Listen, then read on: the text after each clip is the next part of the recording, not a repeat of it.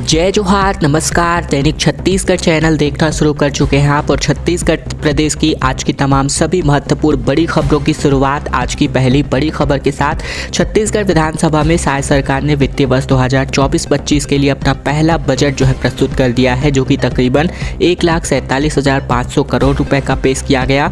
ये पूर्ववर्ती भूपेश सरकार से 22% अधिक है।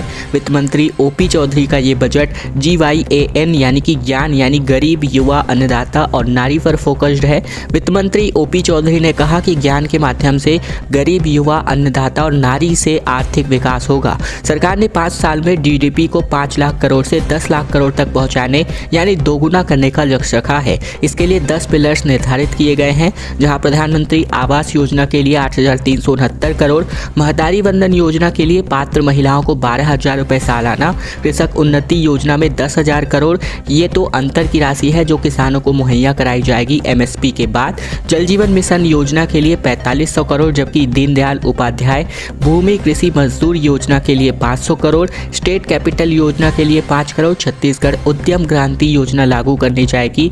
इन्वेस्ट इंडिया की तर्ज पर इन्वेस्ट छत्तीसगढ़ के लिए 5 करोड़, शक्तिपीठ परियोजना में DPR और निर्माण कार्यों के लिए 5 करोड़, जबकि श्री रामलला के दर्शन के लिए 35 करोड़ रुपए का प्रावधान रखा गया है। युवा वर्ग के लिए स्वरोजगार को फोकस करके छत्तीसगढ़ उद्यम क्रांति योजना लाई जाएगी। महिलाओं के लिए हर साल 12,000 रुपए, जबकि किसानों के लिए कृषि उन्नति योजना के लिए 10,000 करोड़ का प्रावधान है। वहीं शिक्षा में IIT की तर्ज पर CGIT खोलने की घोषणा वित्त मंत्री ने की है। स्वास्थ्य विभाग में 698 पदों पर भर्तियां निकलने वाली हैं और इस पे और अधिक अवसर आने वाले टाइम पे देखने को मिल सकता है, क्योंकि इस बार के बजट में स्वास्थ्य विभाग को लेकर काफ़ी फोकस किया गया है। राष्ट्रीय स्वास्थ्य मिशन की योजना के लिए 1821 करोड़ का प्रावधान है। रायपुर में कहारा में बेड की संख्या बढ़ाकर 1200 की जाएगी, साथ ही 700 बेड का नया अस्पताल खोला जाएगा। वहीं अंबिकापुर सुपर स्पेशलिटी अस्पताल खुलेगा, साथ ही एम्स की तरह सुविधाएं प्रदान करी जाएगी। मनेंद्रगढ़ कुनकुरी में 220 बेड का अस्पताल बनेगा। सिम्स के नवनिर्माण के लिए 700 करोड़ रुपए का प्रावधान है। साथ ही गरियाबंद, कवर्धा, रायगढ़, मुंगेली, बैकुंठपुर, जसपुर और नारायणपुर में आदर्श जिला अस्पताल खोले जाएंगे। राजनांदगांव मेडिकल कॉलेज में ट्रॉमा सेंटर खुलेगा। धमतरी के कुरूद सिविल अस्पताल में 50 बेड बढ़ाए जाएंगे। नए 5 जिले बने में जहां सिविल सर्जन, सह अस्पताल अधीक्षक, CMHO कार्यालय खोले जाएंगे।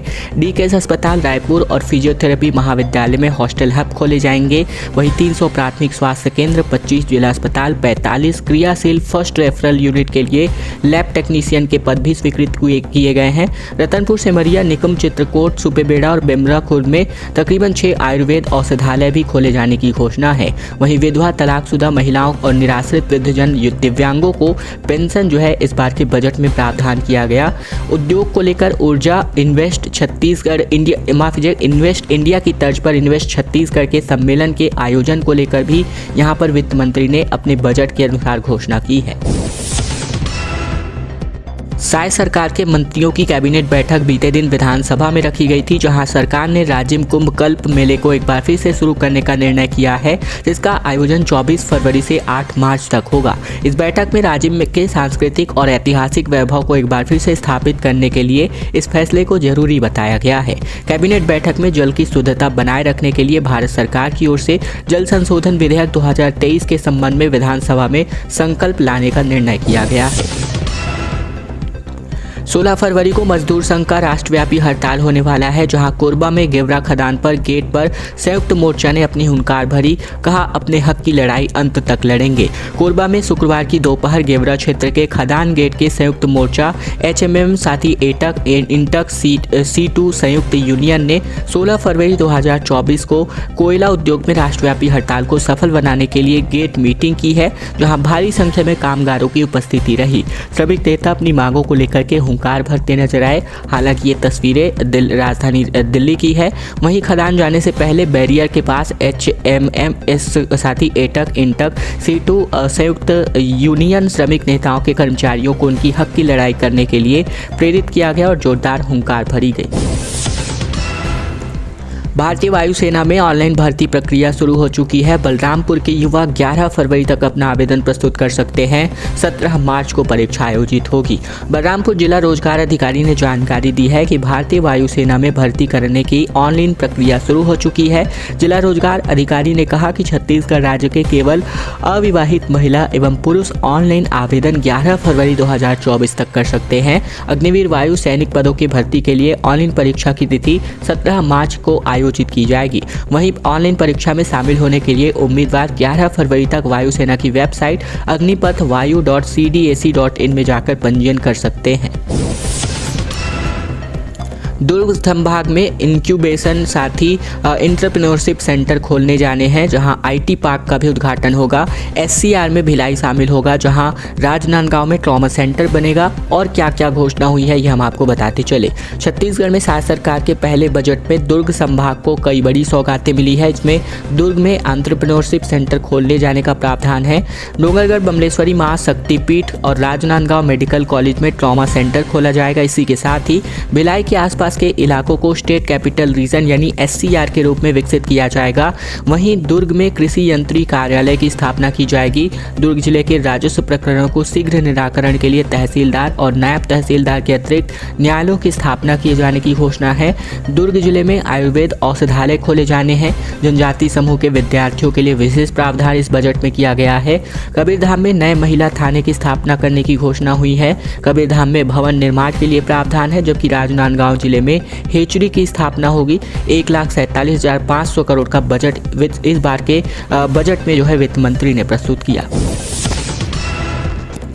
भूमिहीन खेतीहर मजदूरों को 10,000 रुपए की सालाना मदद दी जाएगी। उद्यम क्रांति योजना शुरू की जाएगी। छत्तीसगढ़ आर्थिक सलाहकार परिषद का भी गठन होगा। छत्तीसगढ़ के वित्त मंत्री ने बीते दिन विधानसभा में बजट पेश किया और इस बजट का थीम अमृतकाल की नींव ग्रेट छत्तीसगढ़ पर आधारित रही। सरकार ने छत्तीसगढ़ को 2047 तक विकासशील से विकसित राज्य बनाने के लिए 1 नवंबर 2024 तक विजन डॉक्यूमेंट अमृतकाल छत्तीसगढ़ विजन @2047 तैयार किया जाएगा। शासन सरकार के पहले बजट में राज्य की जीडीपी को 5 लाख करोड़ से अगले 10 साल में 10 लाख करोड़ तक ले जाने की टारगेट रखे गए हैं। वहीं इसके लिए आधारभूत रणनीतिक स्तंभ के रूप में फंडामेंटल स्ट्रेटेजिक 10 स्तंभ तय किए गए हैं। इसी के साथ ही बात करें तो यहाँ पर जो है हम ही बनाया है, हम ही संभालेंगे, ये नारा देते हुए इन्होंने बजट पेश किया। छत्तीसगढ़ की जीडीपी को बढ़ाने को लेकर के इन्होंने टारगेट रखा है। आर्थिक विकास के केंद्र के बिंदु के रूप में ज्ञान नाम इन्होंने इस बजट का दिया। वहीं डिसेंट्रलाइज्ड डेवलपमेंट पॉकेट्स बनाए जाएंगे। छत्तीसगढ़ संस्कृति का विकास जो है फोकस रहेगा। बस्तर सरगुजा पर फोकस किया जाएगा। इस 10 स्तंभ में अर्थव्यवस्था के सेवा क्षेत्र की नई संभावनाओं पर जोर दिया जाएगा। क्रियान्वयन का महत्व दिया जाएगा। प्राकृतिक संसाधनों का उचित इस्तेमाल करने की घोषणा इसमें की गई। आधिकारिक पूंजीगत व्यय सुनिश्चित करना, साथ ही तकनीकी आधारित रिफॉर्म और सुशासन से आर्थिक विकास लाने संबंधित कुल 10 आधार स्तंभ बनाए गए हैं, जिससे आने वाले 5 सालों में 10 लाख करोड़ तक का जीडीपी अचीव करने का टारगेट है। रायपुर में ई बसेस चलेंगी। वाईफाई से लैस होने वाले हैं गांव। संभाग में नए कॉलेज, स्मार्ट सिटी और अस्पताल बनेंगे, जबकि युवाओं को ऑफिसर बनने का मौका दिया जाएगा। छत्तीसगढ़ में शासन सरकार के पहले बजट में रायपुर संभाग को कई बड़ी सौगातें मिली हैं। नवा रायपुर में स्मार्ट शहर कॉलेज शुरू करने समेत महासमुंद, धमतरी, गरियाबंद में अस्पतालों की सुविधाओं के विस्तार समेत कई बड़ी घोषणाएं की गई। वित्त मंत्री ओपी चौधरी ने बजट में गाँवों को इंटरनेट कनेक्टिविटी से जोड़ने और वाईफाई की सुविधा देने की बात कही है। इसके अलावा किसान, खेल, युवा और आम आदमी को भी सुविधा, शहरी विकास, हायर एजुकेशन और स्वास्थ्य सुविधाओं के लिए राशि स्वीकृत की गई। किसान के लिए मछली पालन को लेकर घोषणा हुई है। साथ ही खेल और युवा के लिए 4 करोड़ का प्रावधान इंडोर स्टेडियम कॉम्प्लेक्स बलौदा बाजार में बनाने की घोषणा की गई।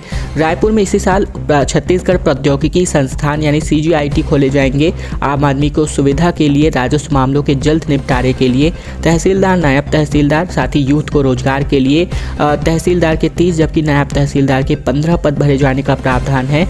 वहीं रायपुर की सड़कों पर ई बसेस चलने के लिए 103 करोड़ का प्रावधान इस बजट में किया गया है।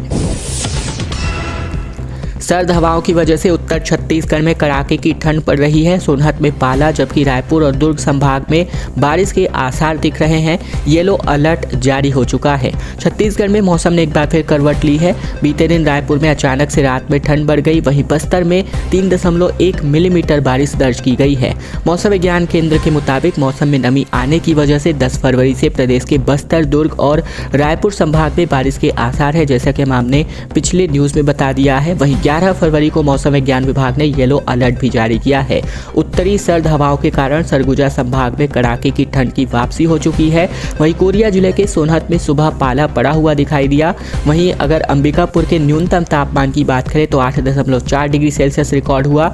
अधिकतम 31.6 डिग्री के साथ कोरबा सबसे गर्म स्थान रहा। अगले 4 दिन तक रायपुर, दुर्ग और बस्तर संभाग के जिलों में हल्की बूंदाबांदी के आसार है।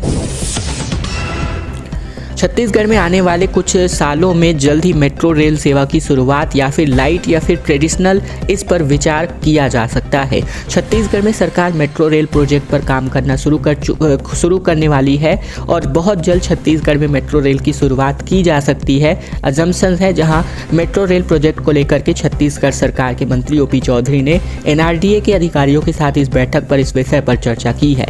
मेट्रो प्रोजेक्ट मंत्री ओपी चौधरी का ड्रीम प्रोजेक्ट है और इसको लेकर बहुत ही जल्द इस सरकार में काम शुरू करने की तैयारी शायद सरकार कर रही है, जिसको लेकर चौधरी ने अधिकारियों को निर्देशित कर दिया है। लगातार सरकार छत्तीसगढ़ में मेट्रो ट्रेन को लेकर चर्चा कर रही है। ऐसे में प्रदेश की नई भाजपा सरकार मेट्रो प्रोजेक्ट को धरातल पर उतारने की तैयारी में जुट गई है। कुनकुरी, रामचंद्रपुर, खड़गांव और सिलफिली में कृषि एवं उद्यानिकी महाविद्यालय खोले जाने की घोषणा इस बजट में की गई। दरअसल छत्तीसगढ़ के लिए वर्ष 2024-25 का बजट पेश कर दिया गया है, जहां अगर बात करें बजट में सिंचाई के लिए रकबे के विस्तार के साथ ही 3000 करोड़ रुपए की राशि का प्रावधान कर दिया गया है। वहीं अगर बात करें तो यहाँ सिलफिली, रामचंद्रपुर, खड़गांव और जो कुनकुरी है, यहाँ पर कृषि महाविद्यालय खोलने की घोषणा की गई है। और इसी के साथ ही वित्त मंत्री चौधरी ने अपने बजट भाषण में दुर्ग एवं सरगुजा संभाग में कृषि यंत्री कार्यालय के साथ 14 विकास खंड में नवीन नर्सरी की स्थापना किए जाने की घोषणा की। सिंचाई परियोजनाओं के लिए भी 300 करोड़ रुपए का प्रावधान किया। साथ ही अगर बात करें तो परियोजनाओं को गति देने के लिए रायगढ़ में सिंचाई केलो परियोजना के तहत 100 करोड़ रुपए और सिंचाई बांधों के लिए 72 करोड़ का प्रावधान इस बजट में किया गया। संसद में ट्रेनों की लेट लतीफ़ी का मामला जो है सजगता से उजागर किया सांसद सुनील सोनी ने, जहां प्रधानमंत्री और रेल मंत्री से इन्होंने व्यवस्थाओं को दुरुस्त करने की मांग की है। लोकसभा सत्र के शून्यकाल में गुरुवार को रायपुर लोकसभा सांसद सुनील सोनी ने रेलवे से जुड़ी समस्याओं को बेसब्री से उठाया, जहां इन्होंने ट्रेन के लेट लतीफ़ी और रद्द होने वाली गाड़ियों के संबंध में जनता को हो रही परेशानियों का जिक्र किया। और इस दौरान इन्होंने प्रधानमंत्री और रेल मंत्री से ट्रेनों को समय पर संचालित करने की मांग की। सुनील सोनी ने कहा कि आजादी के बाद से छत्तीसगढ़ में रेल मंत्रालय को सर्वाधिक राशि तकरीबन 7000 करोड़ रुपए प्रधानमंत्री द्वारा स्वीकृत की गई है, जिसके लिए उन्होंने प्रधानमंत्री का धन्यवाद भी किया। साथ ही उन्होंने कहा कि वर्तमान में देश में वंदे भारत जैसी ट्रेनों का संचालन एवं निर्माण किया जा रहा है, जो कि अत्यंत प्रशंसनीय है। अमरजीत भगत और कारोबारियों से जुड़े लोगों से करोड़ों रुपए की अघोषित संपत्ति का जो ब्यौरा है अब तक नहीं मिल पाया है। रियल एस्टेट और जमीनों में करोड़ों का निवेश किया गया। 2.5 करोड़ कैश और जेवर जब्त किए गए हैं। छत्तीसगढ़ के पूर्व खाद्य मंत्री रहे अमरजीत भगत और करीबियों के ठिकाने पर आईटी की जांच में करोड़ों रुपए की अघोषित संपत्ति मिली है। आयकर विभाग नई दिल्ली के प्रिंसिपल कमिश्नर और प्रवक्ता सुरभि अहलूवालिया ने जारी प्रेस रिलीज में इसकी जानकारी दी है। आयकर विभाग ने अमरजीत भगत सहित उनके करीबियों के 25 ठिकानों पर एक साथ छापेमारी की और इस दौरान 2.5 करोड़ की नकदी व जेवर सहित अघोषित संपत्ति के दस्तावेज प्राप्त किए गए हैं। आयकर प्रिंसिपल कमिश्नर व प्रवक्ता सुरभि अहलूवालिया ने बताया कि आयकर विभाग ने 31 जनवरी 2024 को राजनीति से जुड़े व्यक्ति अमरजीत भगत एवं उसके करीबी सहयोगी और कुछ अधिकारियों, सरकारी अधिकारियों पर भी ठिकानों पर जांच अभियान शुरू की, जहां पर ये डॉक्यूमेंट्स है वो बरामद किए गए हैं। योगेश सरकार में चलाए जा रहे प्रोजेक्ट राम वन गमन पर्यटन परिपथ को लेकर के अब छत्तीसगढ़ सरकार, जो कि वर्तमान में साय सरकार है, अब इसका ऑडिट कराएगी इस योजना का और देखेगी कि कहां कहां पर कितना भ्रष्टाचार हुआ है। छत्तीसगढ़ विधानसभा बजट सत्र के 5वें दिन राम वन गमन पर्यटन परिपथ का मुद्दा गूंजा।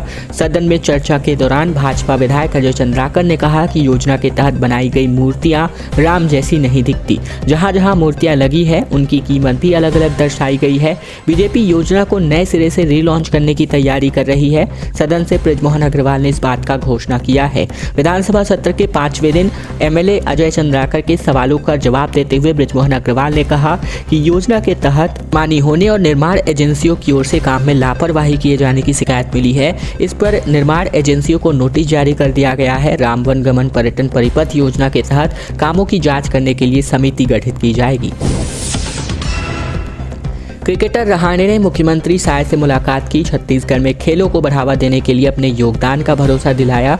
छत्तीसगढ़ में मुख्यमंत्री ने भारतीय क्रिकेट टीम के प्रतिष्ठित सदस्य और उत्कृष्ट बल्लेबाज अजिंक्य रहाणे से उनके साथ अपने निवास पहुना में एक विशेष मुलाकात की, जहां सीएम साय ने एक्स पर लिखा कि मुलाकात के दौरान रहाणे ने अपने क्रिकेट कैरियर के यादगार क्षणों को साझा किया। विशेषकर ऑस्ट्रेलिया के खिलाफ गाबा टेस्ट में भारत की ऐतिहासिक जीत के अनुभवों को बताते हुए कहा कि इस ऐतिहासिक जीत ने न केवल भारतीय क्रिकेट का मान बढ़ाया बल्कि यह भारतीय खेल क्षेत्र में एक महत्वपूर्ण मील का पत्थर साबित हुआ है।